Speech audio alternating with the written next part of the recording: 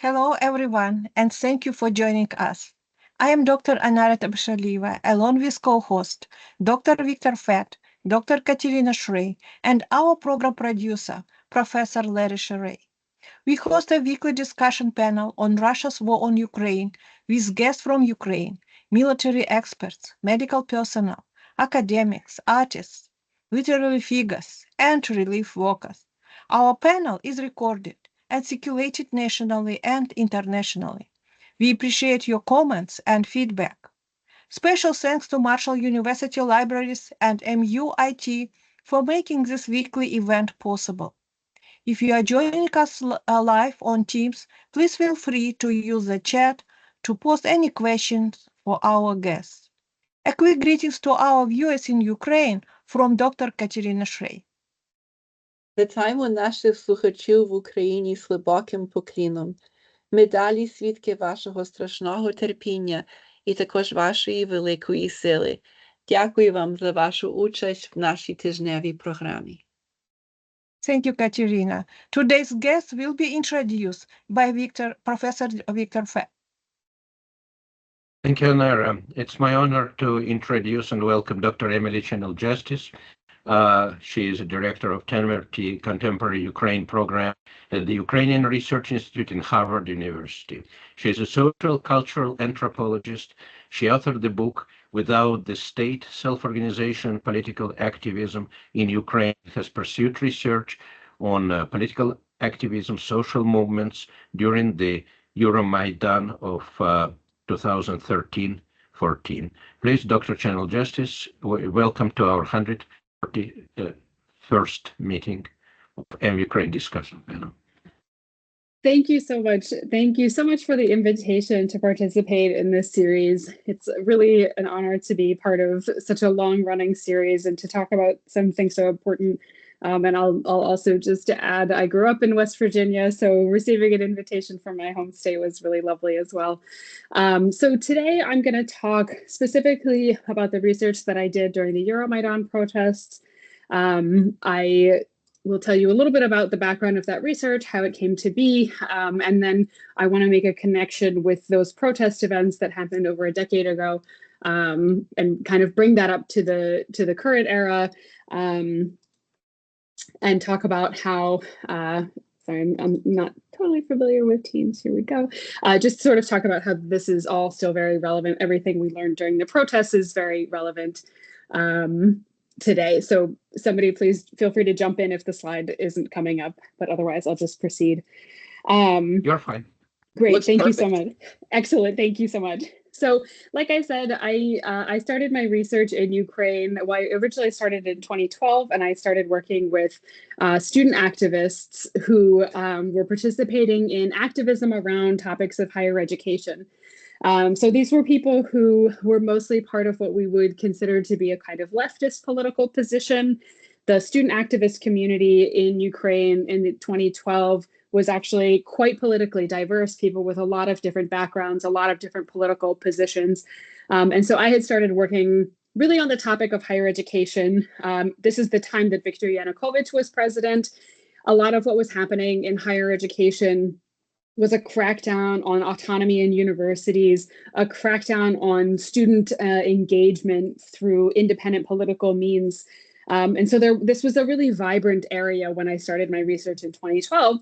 As many of you know from following the Euromaidan protests, students continue to be a really huge part of those protest movements. And that includes the people that I started working with. So as an anthropologist, I planned to spend 10 months in 2013 and 2014 working directly with this student organization. These are people who were part of the organization called Pramadia, which means direct action. This is an active student union in Ukraine. So this was supposed to be the kind of main organization that I worked with. I started this research in September of 2013. I arrived to Ukraine and started interviewing student activists. And then, as you might guess, a couple of months later, mass protests broke out in Kyiv, demonstrations all around the city for all kinds of purposes.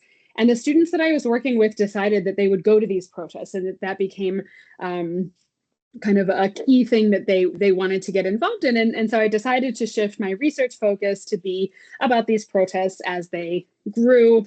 Obviously, that turned out to be the right choice. These protests took over the city of Kyiv and took over a lot of Ukraine the entire 10 months of my fieldwork.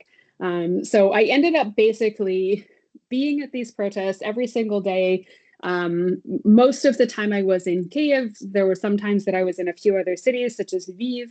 I spent some time in Cherkasy, which is in central Ukraine. And I basically wanted to study what was going on, how different groups of people were able to be involved in these protests, and how the protests changed over time. And so what I ended up discovering was that the key kind of organizing component, or the key unifying component of these protests, is this idea of self-organization. So I'll give a little bit of a background of the protests, a little bit of a chronology of them, and then get into the kind of research focus a little bit, so that we can have a deeper discussion about that, and then we'll zoom back out. So this picture was a picture that I took on December 1st of 2013. So the protests in Kyiv started on November 21st, 2013. This was when Viktor Yanukovych decided that he would not sign the association agreement so that Ukraine could have an economic agreement with the European Union. And it was really shocking. This was something that people had really expected. Yanukovych had this continuation of what we typically call the multi-vector foreign policy. So Ukraine's presidents, from its independence, understood that Ukraine had to have a foreign policy that included Russia, but also included the West, broadly speaking. And so Europe was kind of always on the radar, always part of the conversation. And so it didn't really seem that Ukraine couldn't have an association agreement with the EU and also still have a trade relationship with Russia. That was sort of what was assumed would happen. And so it was quite shocking at the last minute when Yanukovych decided not to sign the association agreement, decided to crack down on his political opponent, Yulia Tymoshenko, who was in the hospital, or who was in jail and had to go to the hospitals for treatment, and he refused to allow her to leave the country. Vladimir Putin offered Yanukovych a $15 billion loan to help Ukraine's economy get jump-started and to integrate Ukraine into the customs union, which was oriented toward Eurasia. And this is something that originally people just decided was unacceptable. And people came out to protest this across Ukraine. This is obviously, my research is focused here in Kyiv, but we know there were protests as far as Donetsk. And Lviv. So the two sides of Ukraine were protesting from the 21st of November. And these protests were really about the association agreement. They were really about Ukraine's future with Europe. And you can see some of the posters here on the bottom of the metal barricade is very much about Europe. Europe, we are with you. Ukraine, Europe, European flag. And these were mostly young people who came to the square to protest, and they really envisioned a European future for themselves. On November 30th, the riot police, like the folks that you see here, on the orders of Yanukovych, came to this square. This is Kyiv's independent square, Maidan Nezalezhnosti, where these protests were taking place. These riot police came in, beat up the students who were staying there, arrested about 100 people. And when I say beaten, these were really severe injuries. Many people were hospitalized, concussions, broken bones, that sort of thing, and really with a ruthless behavior on behalf of the riot police. And it was really this moment, this night of November 30th, December 1st, that the kind of content of the protests shifted. This ended up not so much being about Europe anymore and really being about the growing authoritarianism of Viktor Yanukovych, the fact that the president was no longer working on behalf of the people of Ukraine, that the police forces would use violence against peaceful protesters.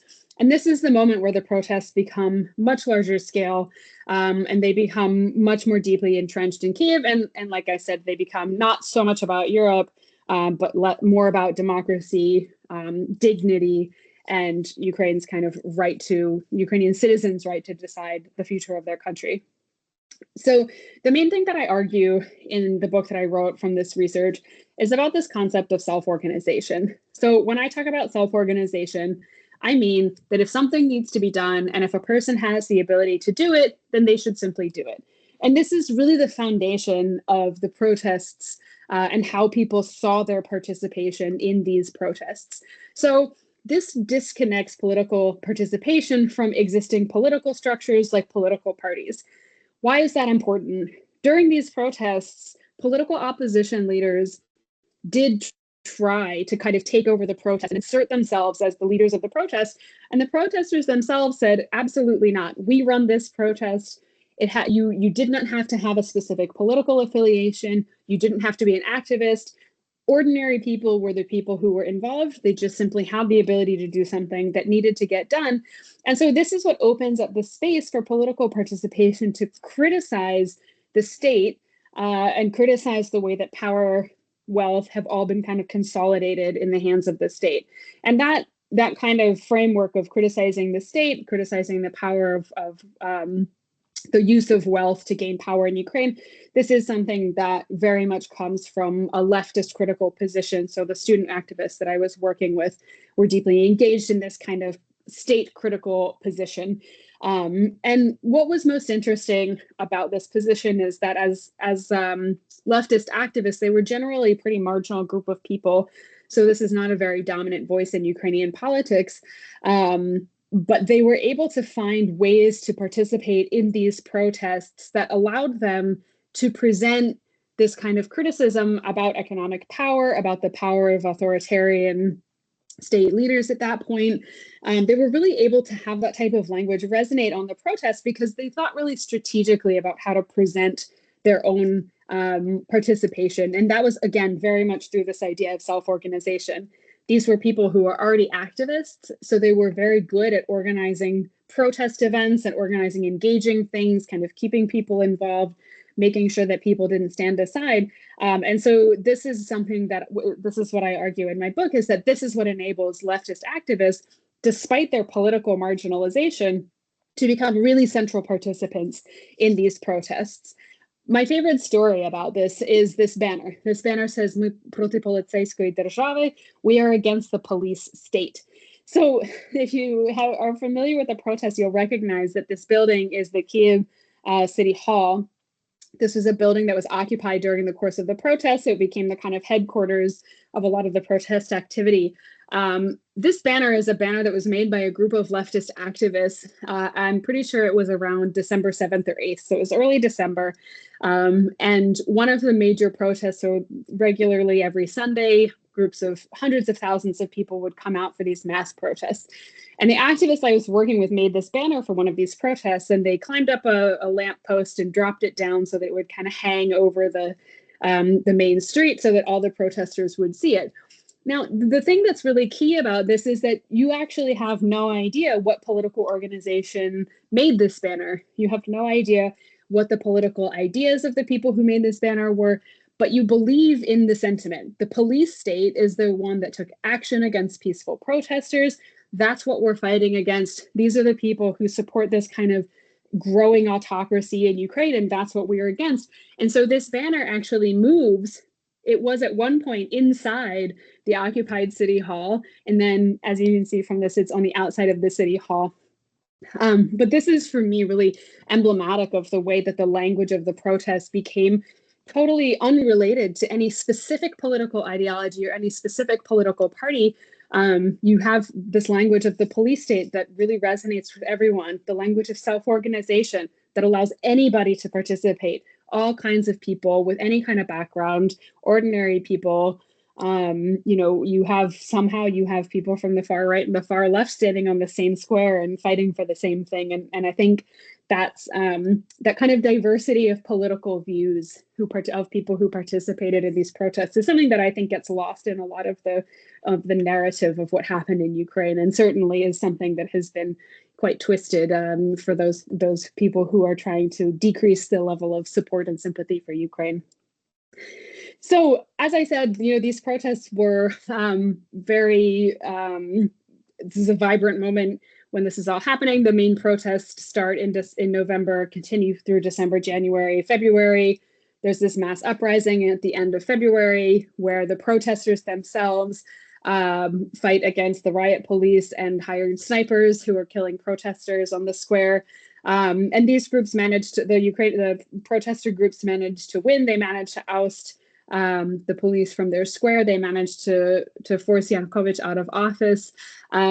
Yet the protest camp that you can kind of see here in the center of the square continues, and it actually continued through the end of June. So protests related to the spirit of Maidan kind of continued through the spring. And that's one of these, this protest that's in this picture. If you can see the small sign in the middle, it says, we support the women of Crimea. So this is a protest that took place on March 8th, so International Women's Day protest. It's just after the illegal invasion of Crimea that happened just after the violence on Maidan came to a head. And so this protest action was meant to show support for women who were stuck in Crimea that had just experienced an increase in violence. We wrote some postcards and sent out some videos and everything. But what I want to illustrate with this image and with this kind of story of the continuation of how the spirit of the protest continued through the spring is that self-organization starts to morph into something else. So the self-organization that we see that starts in November and that goes through February, this is overtly political and it results in a regime change. But then what happens later, so Russia invades first Crimea and then later on supports separatist movements in the east and then invades the eastern part of Ukraine. And at this point, people are required to self-organize because the Ukrainian state that comes to power after the Maidan is actually not capable of meeting people's needs. So one instance of this that I can tell from this experience of Crimea is that people who were forced to leave Crimea for safety, or they were forced to leave their homes due to violence in the east, all of these are internally displaced people. They're people for whom the Ukrainian state itself is responsible. They're not refugees, right? They haven't crossed an international border. But the state at that point, so both the interim government that came to power in February of 2014, and then the elected government under Poroshenko that came to power in May of 2014, neither one of these governments actually had the capacity to help all of these people who had been displaced in the wake of the first invasion. And ordinary people stepped up. People realized, well, I have, this resource, or I can buy somebody a bus ticket, or, I have an extra set of bed sheets and I can help somebody. These are true stories of things that people have said. Just to kind of help people get to safety. And so this type of self-organization isn't overtly political, right? It's not designed to change who's in power.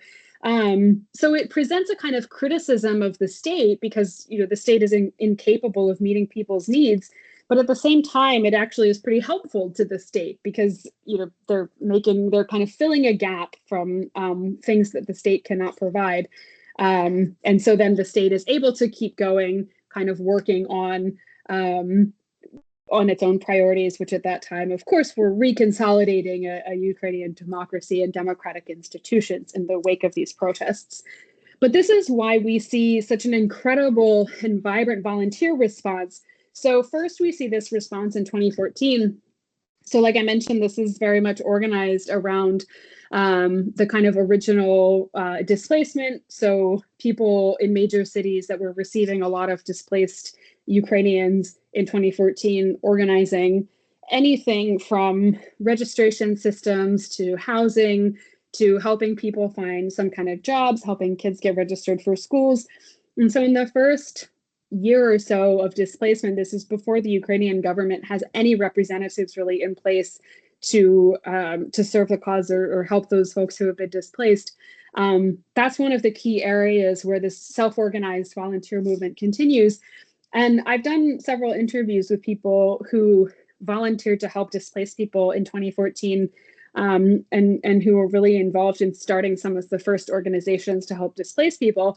They are people who identify this work as self-organized. They have the ability to do something, it needs to be done, so they do it. It follows the same strategy. But they also connect it deeply to the spirit of Maidan. They understand that these protests were not just about removing an autocrat from power, but they were also about helping Ukraine kind of establish itself as the place where they want to be. They want to be the kind of citizens that they want Ukrainians to be like, and that's helping one another, even when state actors are not available or are unwilling to help. And so that's one element of the the expansion of self-organization, the continuation of self-organization after the protests have ended. Another key component of this is not only people who volunteered in the military brigades that were originally connected to the Euromaidan protests. Many protesters organized themselves into Sotnya, which is a kind of military formation. So they were kind of different groups as protesters, but many of these groups actually then volunteered on the front once the war began in Ukraine.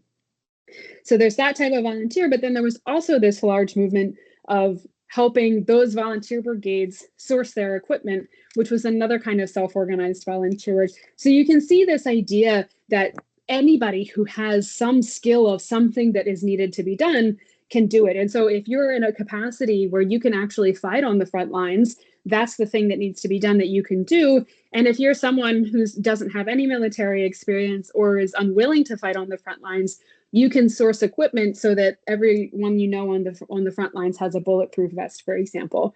One of my closest interlocutors in Ukraine, he was a medical engineer, so he fixed medical equipment in hospitals, and he ended up volunteering on the front lines in 2015 as a combat medic. He got trained in combat tactical casualty care, and then became a medic with some of the volunteer groups in 2015. He again volunteered after the full-scale invasion, and has been serving on the front lines ever since. So you see this sort of cycle of people having some kind of capacity to do something. You know, this person's particular logic was, well, if I don't serve as a medic, then people will die, and I can't accept that. You know, something needs to be done. I have to fill that gap. And so that kind of encourages others as well to sort of ask themselves, you know, where can I fit in? What is the contribution that I can make? This, of course, has really changed people's relationship to the state itself. And I go a lot more academically into this discussion of the state. What does it mean? Who are the actors who make up the state in my deeper research? But just to say that, you know, in the part of the process of these protests and afterward is the kind of rebuilding of state institutions that can be a little bit more trustworthy. Anyone who's done research in the social sciences in any part of the former Soviet Union has surely seen some polling that shows that people have almost no trust in state institutions, right? People simply don't believe that the state represents them. And that's due to many decades of experiencing a state that did not, in fact, represent them at all, gave them no reason to trust. And so part of the rebuilding of democratic state institutions has been to kind of try to rebuild some of these trustworthy elements. And in 2015, 2016, Ukrainians still were very unlikely to trust any state institutions, but who they did start to trust were volunteers, volunteer groups, volunteer military brigades, right? People who had self-organized and who came up and became responsible for one another. That created the capacity to build a lot of trust so that when, for instance, the full-scale invasion happened, the Ukrainian armed forces, the fully state institution of the armed forces, became something that people had quite a lot of trust in. And so I would argue that there's this connection in people investing in society, kind of building trust in some of these institutions, and then being able to transit that into a very robust response to the full-scale invasion.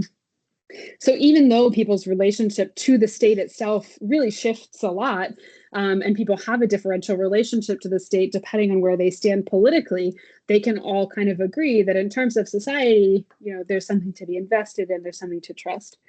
So as I said, the self-organization has really been key to the war response since 2022. As you can imagine, many of the things that I talked about, volunteers or reorganizing themselves, people volunteering in the armed forces, whether that's in the territorial defense, which is previously was various volunteer units that was integrated into the Ukrainian armed forces officially in January of 2022, actually just before the full-scale invasion. So all of these volunteer groups were sort of rejuvenated after February of 2022. So many people who had previously been volunteers in military brigades volunteered again. The pack that you see on the left side of the screen, that's the medic friend that I mentioned. That's his equipment from when he first mobilized. The far right is somebody, another activist that I worked with who volunteered for a different brigade. He's not somebody who had ever volunteered before, but quite a lot of previous people who I worked with previously as activists have now volunteered with the armed forces. And for those folks who were unable to be in the armed forces or didn't want to be in the armed forces, their response has been to self-organize for other kinds of needs. So in the middle, this is my friend Ivan. He's making a delivery of medical delivery to one of the many cities that he helped distribute some medical needs to in the wake of February of 2022. So many people that I worked with in Ukraine did very individualized kind of things. They would, run a fundraiser, say, I'm going to buy this thing, it's needed in this place. People would donate money, they would buy the thing and it would get delivered. So we have what some of my colleagues who have researched this have called distributed humanitarianism, where instead of having this real centralized response to humanitarian needs, you get individual people who have connections with people who are in great need, and they organize themselves, distribute themselves. There's no overhead costs, right? There's no bureaucracy to deal with. It's basically a form of self-organization. And in this way, the war response has been quite robust because people are able to move in and out of these humanitarian networks as they need. They've been able to respond more quickly to emergency situations because there's no bureaucracy. Of course, at the same time, as you can imagine, Ivan this isn't his job, right? This is something that he's doing because it's necessary, because it needs to be done, because he can do it. So it's also very exhausting to have humanitarian networks that are based on individual activity and not on a structure that can protect employees, for example. And so this, I think, is something that is, from what I can see, it's people are they remain very invested in this type of distributed humanitarianism up to this day. But it certainly is taking a toll in terms of what people have the capacity to do. Those other activists that I worked with who, like I said, consider themselves very much part of the left, have a tendency to be very critical of how the state works. They've been extremely active in creating humanitarian networks for distribution of needs. They regularly visit communities in the front lines in southern and eastern Ukraine. They deliver anything that people need. So it has ranged from generators to clean water to pet food to warm clothes for the winter. Like I said, this is something people can have. They have individual connections, they have personal connections to these communities. And so they're able to see what is actually needed in this place right now and how can we get it. And there is, these people have global networks. They really use social media smartly to get their word out so that they can get more interest and support for Ukraine. But this is really, none of these people meant to be doing anything like this. These are people who had lives and jobs, and many of them still have jobs, the same jobs as before. And they've sort of been forced into these roles, and that's not really, that's not sustainable in the very long term. And so really, I think the Ukrainian government, one big question once the war has ended in some capacity will be about rebuilding these state institutions that are supposed to serve the needs of people. That it's been sort of okay that the state isn't able to serve people's needs right now because the state is busy, making sure the armed forces can fight wars and, advocating for Ukraine in international settings. There's other jobs that state actors are doing. And so for the most part, ordinary people are happy to do self-organizing so that they can create this type of response. But that's not sustainable, and that's not a way to build trust in state institutions. So we have to sort of think about how there will be a new state, a new relationship between citizens and state, a new kind of accountability for state actors and state institutions that will happen. It's something that people should start thinking about now, despite the fact that the war is ongoing. What is Ukraine going to look like in the future? What's the voice of citizens that's going to be heard? And I think this experience of self-organization, ranging from that very political Maidan era self-organizing all the way to this very dispersed, everybody has something that they can do to help support the war effort, both kinds of self-organization and really anything in between is really key to how Ukrainians relate to Ukraine and to one another and to the state. And so how is Ukraine going to look in the future when all of these people have to kind of reinvest in state institutions once war is not the thing that defines them? I'm very curious to see how this goes. I think obviously our ability to look optimistically changes, all the time. And so we'll sort of see what happens in the next 6 months to a year, if any definitive changes will happen in Ukraine. But I try to stay optimistic. I try to think of my colleagues and my friends who are on the front lines, who continue to do this kind of self-organization, and to try to think about building, helping them build the future that they want. And I will end on that kind of positive note. I'm happy to discuss any aspect of what I've talked about or dig into any of the topics from the research. Thank you very much for your attention, and looking forward to the discussion. Thank you very much, Dr. Channell-Justice. This was fascinating and moving. And we already have a question from Dr. Leonard Deutsch, our former Dean of Graduate School. Please, Leonard. I apologize for throwing you a hardball, but do you care to share any thoughts about the recent re-election of Donald Trump to the presidency vis-a-vis relationship to Ukraine? Mm-hmm. Just to clarify, I've stopped sharing my screen, right? I meant to do this, and I just want to make sure. Yes. Okay, great. You're fine. Thank you. So I am skeptical of Donald Trump's stated ability to end the war quickly. I think it's going to be. That's sort of the main thing he said about his future policy in Ukraine, and I hope that it's possible, but I don't think that Donald Trump really understands what's at stake for Putin, which is, of course, that Ukraine does no longer exists, and I don't know if he really understands the lengths that Putin will go to try to make that a reality. I think. At the same time, at this point, it is, think about it, I'm going to choose my words carefully. U.S. support has been essential for Ukraine. We also heard recently Zelensky's peace plan, which he proposed in the U.S. A lot of the criticism around this was that it relies too much on Western aid, so support from the U.S. and support on other Western allies. He is going to be faced with the possibility that U.S. aid to Ukraine is going to be dramatically less, to disappear completely. What's going to happen in that case? Are European allies actually going to step up and give the kind of aid to fill the gaps that the U.S. was filling? I don't know if that's realistic. And so how much does that force Zelensky into a position where he has to accept some kind of negotiation? That's really, for me, the question is, what does assuming that Donald Trump does what he says he will do, which is to not give Ukraine the kind of aid they have been getting, then what does that force Ukraine into? How does that kind of limit Ukraine's options going forward? That's the big question for me. I really think Ukrainians largely understand that any kind of ceasefire right now is not a permanent thing, right? That's why Ukrainians hope that Ukraine can join NATO, so that when inevitably Russia invades Ukraine again in the future, there will be some recourse about this.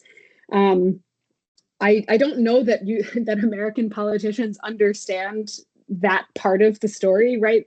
American politicians seem to think that if you can stop Putin, he'll stop. If we can force him to stop the war, then the war will be over. And I don't think Ukrainians see it that way. I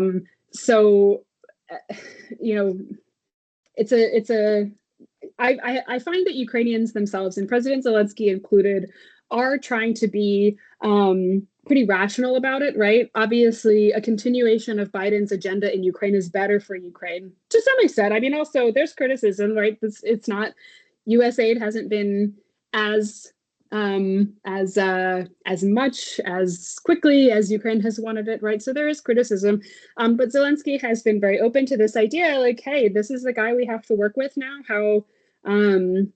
what's the best way to do that? Let's move forward. Let's just, we'll just accept what has happened. The US has decided, we're going to go from there, instead of bemoaning the fact that Donald Trump's agenda on Ukraine is overtly not as good as the Biden administration's. So I'm trying to kind of keep it open as well for there to be improvement. If that's what happens, great. I am just a little skeptical of how it might put Ukraine in a limited, constrain the Ukrainian choices. I think we share the same concerns. Thank you. Thanks for the question. That was a hard question. That was a very hard question. Thank you so much for sharing all this with us. Those photos, photojournalism, if you haven't considered it, I'm sure you've got a career, but those photos are so amazing, and they're so full of information. The one from December 1st, where you have the young men, the military, which probably are the same age as the students on the other side protesting, and the contrast with all of those posters is just amazing. And you're talking us through those images is truly amazing. I just put the link for your book in the chat, and we'll make sure to distribute that. Fantastic work. I was in Ukraine in, oh heavens, 80, 89, 87, it's a long time ago, 90. And as you were talking, I this is not what I intended to ask you about, but as you were talking, I found myself kind of getting emotional, because I remember being there, and I was there with a young group of students. I was in my 20s, and we were getting stuff done, and it was me and a bunch of other either Americans or Europeans. It was a bunch of us basically running an English language workshop in one of the village, in the first in Lviv and then in Ternopil, and then it was a whole big project. Anyway, we all, those of us who came from the United States and Europe, we worked together, we set this up, we got it going, and our Ukrainian friends were always like just kind of shocked and amazed, like we didn't know each other, but yeah, we came together, we pulled off this pretty big project. We did it twice, 2 different years. And they were definitely commenting on our personalities, but also on our relationship building with one another and how easy it was for us. We were not suspicious of one another. We all assumed the other had the best of intentions. We counted on one another, even though we had just met earlier that day. And I definitely remember this one story, which is too long to go into, but there was someone a woman who needed help seeing her daughter. She had to go to the hospital, and their hospitals at the time, I don't know what they are now, were not like ours. If you're in a hospital, your family brings you food. You're not going to be fed if someone's not bringing you food. There is no kitchen in the hospital. There is no food service. And so a lot went into remedying this woman's situation, and she was in tears, like, oh my gosh, what kind of people are you? How does this work? And for America, well, not just Americans, but like I think for a lot of people, this is just, you do good for others. This is a very normal thing. And Ukrainian people are very good. They're very kind. But there was this level the entire time we were there, no matter how close we got, there was this level of distrust and suspicion. And so as you're talking, you talk about the capacity to build trust among people. Anybody with a skill to do things should do it. Like, these are simple thoughts, but they are not. They are so profound. And this is not the Ukraine I saw when I was there. And I'm so overjoyed, like I'm actually fighting back tears, that that Ukraine has grown up to be able to do this. The term you use, distributed humanitarianism, that's such a valuable, thank you for giving us the vocabulary to kind of appreciate what we see evolving before us. I think in our many conversations over the last 2 years about what's going on, we talk a lot about politics, talk a lot about medical support, but what you've given us is like an insight into like how did this even happen? How was Ukraine able to resist? Everybody was surprised. All of us, even those of us who were hoping and praying that Ukraine would make it to March 1st. Even we were surprised, taken aback. And I think you've identified what it is. And that's just, I'm so grateful to you. That's just beautifully, beautifully done. I'm wondering if you, like, I'm looking through, I took some notes on my other screen while you were talking. So as I'm looking there, do you think that this will be passed on to the next generation? This generation is very different from what I saw, like vastly different. Everything you're describing is beautiful and vastly, vastly different. Do you think that this is going to become the default, the new normal for Ukrainians, or are we in danger of going back to that, everybody kind of mistrusting and in a world where you're depending on the black market, you're depending on bartering, you're at the mercy of low-level officials just above you. So what do you think the future holds? Yeah, thank you so much for that response. I appreciate it so much. Sometimes actually I get also just I look back at some of these pictures and think about like what people were able to do, and it hurts a little bit, right? And I also just want to shout out credit to Elizabeth Dunn and Ivona Kalashevska, who were the ones who came up with the distributed humanitarianism term based on their research in Ukraine, which is just, it's perfect. So I'm hopeful and I'm less hopeful to answer the question. So the reason I'm less hopeful has to do with geography and has to do with the dispersal of Ukrainians due to the war. We know that there are something like, this maybe number is a little inflated, but hard to say, 7 million refugees outside of Ukraine. That includes a lot of kids whose parents probably are this Maidan generation. How will those kids inherit that same spirit of, we are always getting better based on what we did before, you know, inheriting this idea that we have to invest in our country to change it and we have to do it together. The fact that those kids are all going to grow up, or at least spend some portion of their lives now not in Ukraine, or if they're in Ukraine, their immediate needs are different than what they were then, that's what makes me a little less optimistic. It's just the sort of geography and the circumstance of it. Now, a lot of research on people, on refugees themselves, has expressed that people try as hard as they can to remain reading Ukrainian news sources, invested in what's going on. I mean, these are also people, it's not, for most people, from what it seems like in terms of what's been documented, you know, many of their friends stayed in Ukraine, so they still have connections in Ukraine. It's not like ties are cut completely. And so I hope that as long as those ties remain, everybody will be able to kind of stay invested in what's happening, including kids who grow up outside of Ukraine in the next, let's say, like 3 to 5 years, something like that. But the other thing I'll say, so I had the chance to go to Ukraine in September. I was in Lviv, it was a short trip, but the amount and the extent that people are investing in community building, support for one another, in a context that is absolutely unacceptable for humans to have to live in, which is constant threat of bombardment, constant threat of, you know, potentially anything. The fact, like, how kind people were to me all the time, to one another all the time. Anytime I needed help, people were absolutely more helpful than any time I've ever been to Ukraine in the past. And that includes this Maidan period. And I don't know if that's simply something I was experiencing, you know, if it was just, I was in a good mood. And so that's how I interpreted it. But I was really impressed, you know, that, like, and it isn't just people being kind to one another, but the actual investment people are making into making Ukraine be a place that people want to go and that people will want to come back to. I also think that that's connected with this spirit of Maidan. We were building something that mattered to us and that we invested in, and we're not willing to let it go. That's kind of the sentiment that really stuck out to me. And that includes some people who are on Maidan, you know, who are my age and who were doing this at this time, but it also includes some younger people, you know, who had the chance. There's a lot of people who I worked with when I was in Lviv briefly, who they could have left if they wanted to. They're, you know, educated, language skills, degrees from other places, and they're back in Ukraine. They're investing in their communities. So that gives me, you know, some optimism about it. I think there's a lot of ways this can go and develop. Like, it's so unpredictable what will happen next, and how people will be able to make that kind of investment in the future. But I have some optimism about it.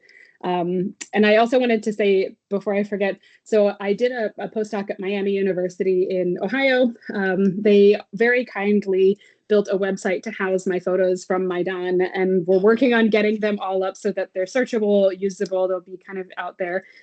So there's 4,000, 5,000 of them. There's a lot.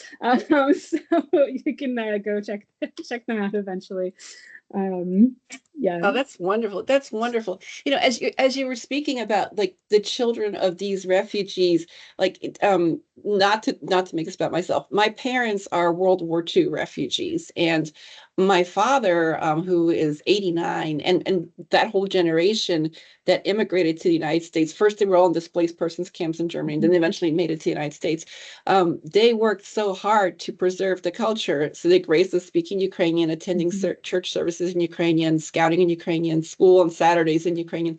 And there was such an effort, while being very grateful to be in the United States, there was a real effort to preserve that culture. And like, as kids growing up, you're like, Saturday, I want to sleep in. Why am I going to Ukrainian school?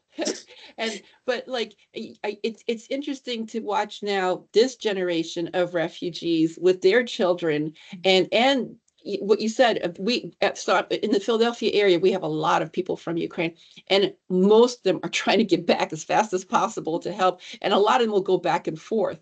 So it's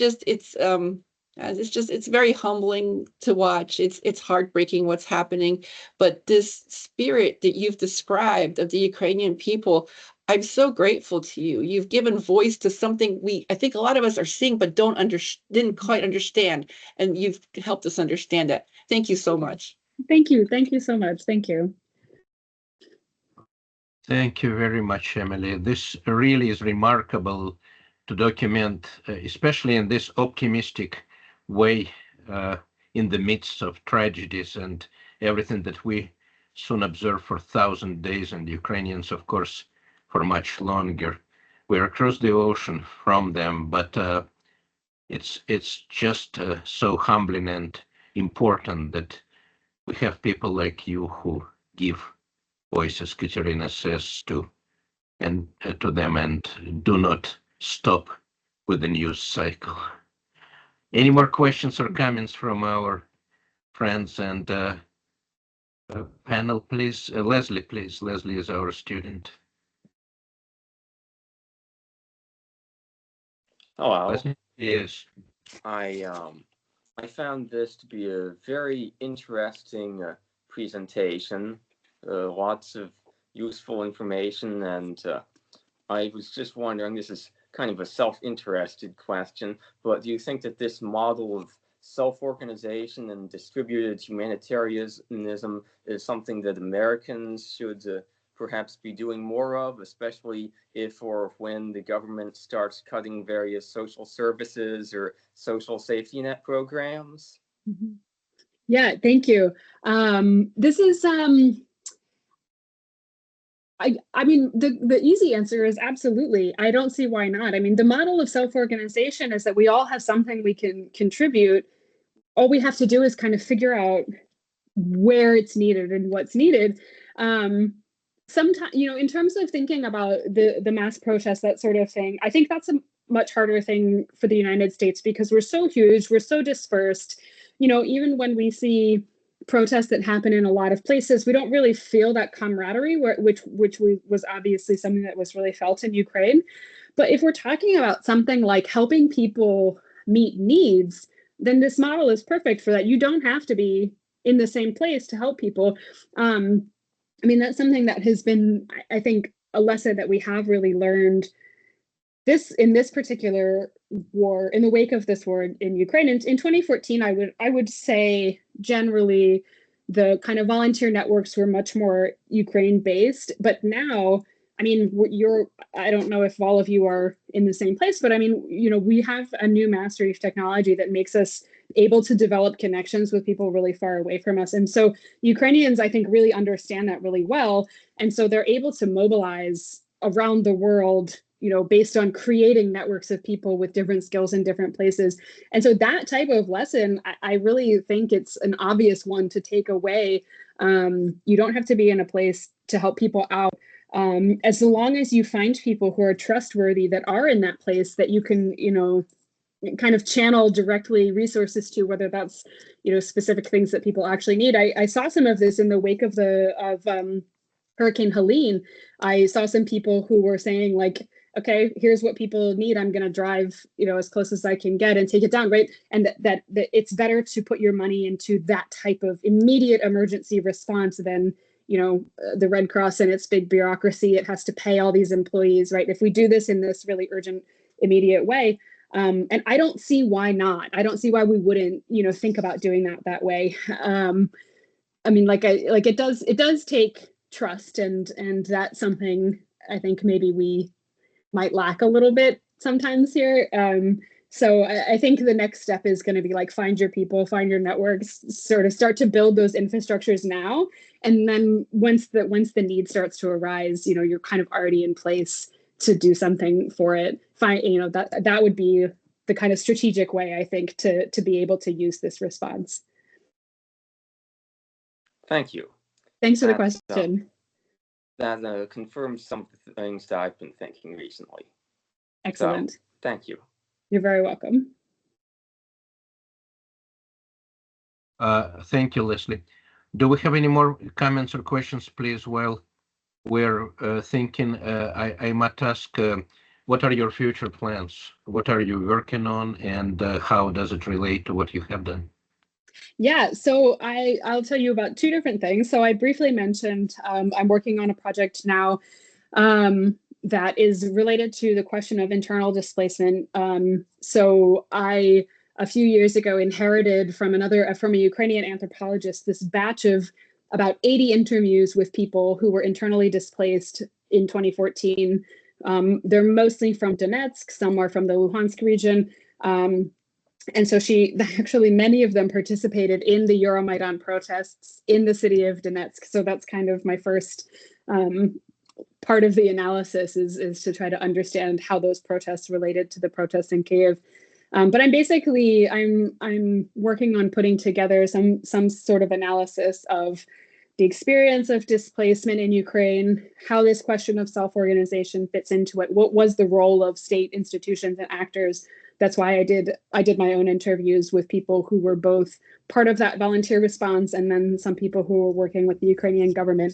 That's kind of a big research project that I started working on pretty seriously in 2021, right before the full-scale invasion. So it got a little sidetracked with the invasion and trying to figure out if what to focus on. I'm hoping to remain focused on the period between 2014 and 2021, just to have a little bit of a like limits on the research itself. So that's my research project. But as to pivot a little, in as much as I'm the director of the Temerty Contemporary Ukraine Program, we have an annual conference here. It takes place in February. In 2025, our theme is going to be looking at the environment, kind of broadly speaking. So looking at environmental crimes as part of this war, landscape of geopolitics at the time, media landscape, the technological landscape, how Ukrainians have been innovating in response to the war. That will take place in person at Harvard in February of 2025, but we always have a live stream version on Zoom. So if you are unable to come to Harvard, then you would be absolutely welcome to listen to the proceedings of the conference online. We do try to keep you engaged and actually ask your questions to our panelists and everything. We think it's really important, especially to get some of our work to Ukraine as well. So it will stream in Ukraine.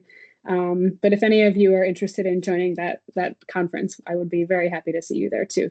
That information is on the Ukrainian Research Institute's website. Thank you so much, Emily. More questions or comments? Meanwhile, I have one of my own, which is kind of side issue, but we constantly need to remind our Anglophone viewers that Ukraine has two languages rather than one, historically, and this led to so much confusion that some less apt politicians think that Russian-speaking Ukrainians, those whose native language is Russian or more Russian than Ukrainian, that they should be politically supporting the aggressor. We know this is not true, but I wanted to ask first, as I know you learned Ukrainian, not Russian, so your interviews probably were conducted in the mix of English and Ukrainian by necessity, but not everyone knows Ukrainian that well. So did you choose specifically this segment of population? Yeah, so I tried to study Russian a couple of times, and I think it was really due to not having great teachers that I just never really mastered it. And so when I decided to do this dissertation research, I was mostly starting work in Kyiv, and everyone I talked to said that they had the capacity to speak either language. And so I kind of just decided I wanted to try Ukrainian. Studying Ukrainian would allow me to go to Ukraine to do a kind of language, a language program, and then do some field work. And so I just kind of decided to go that way ahead. I went to the Catholic University in Lviv for my first program. Just some of the most amazing instructors of language I think ever, but really an amazing, amazing program. They actually also have online content now if anyone is interested in learning. So it turned out to mostly be a non-issue. However, it created some surprises for a lot of people who I worked with who thought it was a little bit of a silly choice. I really had people say to me, why would you choose Ukrainian over Russian? Only people in Ukraine speak Ukrainian, and you could talk to so many more people if you learned Russian. But then, kind of relatedly, the number of people who would also say things to me, and people who are my age and younger, who were, I don't know what, in our 20s at that point, talked about being kids and getting bullied for speaking Ukrainian. Just sort of stories like that, where they felt like they were outsiders because they chose Ukrainian, made me more want to keep speaking Ukrainian, because it was, it was just a little bit different, and it meant a lot to those people, right? Like for the Russian speakers, people who usually spoke Russian, they could switch to Ukrainian to talk to me, didn't matter. But for those speakers who tended to speak Ukrainian, it meant a lot that I could speak to them in Ukrainian. And that sentiment, that's how I became extremely good friends, actually, with the person that you saw in the photo from the student activism. That's why I use that picture, is because I know that person well enough to know that they wouldn't mind. But that was just someone we started bonding because, they spoke Ukrainian all the time. Most interesting to me now has been watching the activists that I worked with who all the time said, language is not a political issue. Just because we speak Russian, it doesn't mean anything about who we are, our political views, or anything. Most of them now, at least publicly, so on social media, in any videos, Ukrainian. Only Ukrainian. It's so interesting. These are people who I almost never spoke to in Ukrainian. We would do the bilingual thing where I would, talk to them in Ukrainian. They would respond to me in Russian as much as I could get it. And now these are people, some of them are on the front lines, right? So like they're also saying like, please, raising money for a drone. And it's in Ukrainian. And that shift is really incredible. That's really something, just to add a teeny bit, that's something that really surprised me, maybe not surprised me, but has really been confirmed in listening to these interviews with displaced people from Donetsk. Most of those interviews are in Russian, and these are people who chose to come to Ukraine. They wanted to live in Ukraine. They left war to live in Ukraine, and they really firmly believe that they're just as Ukrainian as anybody else, and they absolutely do not support the aggressor at all. For them, Ukraine is simply a bilingual place. It never occurred to them that it could be otherwise. And so those, it's complicating my view of language politics a little bit. There's also many people from Donetsk, more people than you might think, who speak in Ukrainian and who said, we always speak in Ukrainian. It's our state language. That's how, So anyway, the language question it's like constantly shifting, constantly changing. But really, I got very lucky with my instructors at UKU, at Columbia, at Harvard. I had great language instructors. So if anybody is interested in learning, there's more resources than ever, and it's really great. I'm going to jump in here because about language, I'm always fascinated about this. And UKU, by the way, my father played a major role in setting that up. And I myself actually taught out of a program from UKU. And so Boris Kudjak, I believe, Archbishop Boris Kudjak was leading it at one point. And I'll be seeing him in Philadelphia actually next week.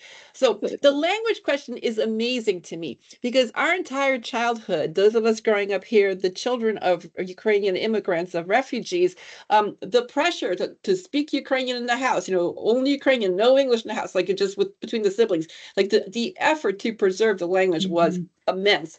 At the same time, the travel to Ukraine when it was under the Soviet Union was very restricted and very rare. But eventually there became possibilities to do this.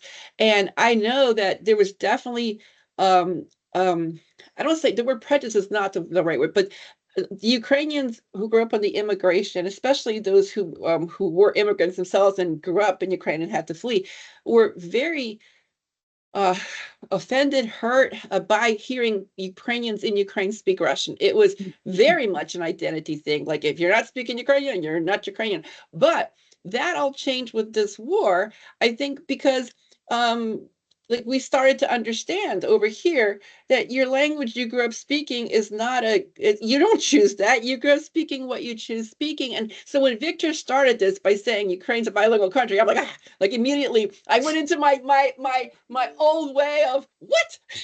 but he's right. He's 100%. And actually Victor and I have gotten close since this war started. We were colleagues. He's in the biology department. I was in the English department. But he is more Ukrainian than I am. And so the whole idea, the complexity of identity, of the language you speak and who you are and which culture you align with, it has gone through major changes. I think either the first or second time I was in Ukraine, I've told this story on this program before. There a bunch of kids came to greet us and they were singing that song you hear everywhere now, Hey Ulushi Chervona Kalina. And me and and some of the people I was with, we joined in because we know these songs too. And the children just kept singing, but their parents were in tears. They couldn't believe that we knew the same songs. You know, here we are, prosperous Americans. And you could tell back then, you could tell who was from America because we look like this. We look around, and as opposed to people who walk looking at their feet and expect to be yelled at. And so you could really tell who the foreigners were, just in terms of like self-worth, dignity, and confidence. And so this language, so I didn't realize you learned Ukrainian. That's дуже дякую. That's beautiful. But I also have to understand that it would be okay if you had learned Russian. That's hard for me to say, but I'm there. I'm getting there. My grandmother was Russian, so I grew up also speaking both languages. But it's just fascinating, just from the complexity of identity and the role that language plays in that has been a learning experience for those of us who are here, who learn kind of like very quickly to not be so dismissive of Ukrainians who happen to speak Russian. But that shift, that change happened pretty quickly, to my relief. And like I was part of that too. Just for me too, I was like, oh, wait a second, you kind of been wrong all these years. They still are Ukrainian, even though they don't speak Ukrainian. So it was very humbling, but just really just kind of a fascinating cultural item. Yeah. And I do want to just give some credit to my friends. And I did my PhD in New York City and spent a lot of time with the New York diaspora. And there was a lot of them were really encouraging me in studying Ukrainian, even though the resources were fewer, just the enthusiasm it meant a lot. And I'm very, very happy with my decision, and I really encourage it. I mean, if people are in that position of choosing a language, it's a beautiful language, and the community is amazing. So. Thank you from everyone in our program, and thank you for being with us this hour. We will conclude it by our customary greeting in Ukrainian to our friends over there. Дорогі браття і сестри в Україні, ми зберігаємо вас у наших щоденних думках і молитвах. Нехай милосердний Бог тримає вас у своїй опіці. До наступного тижня. Прощаємося. Слава Україні! Героям слава!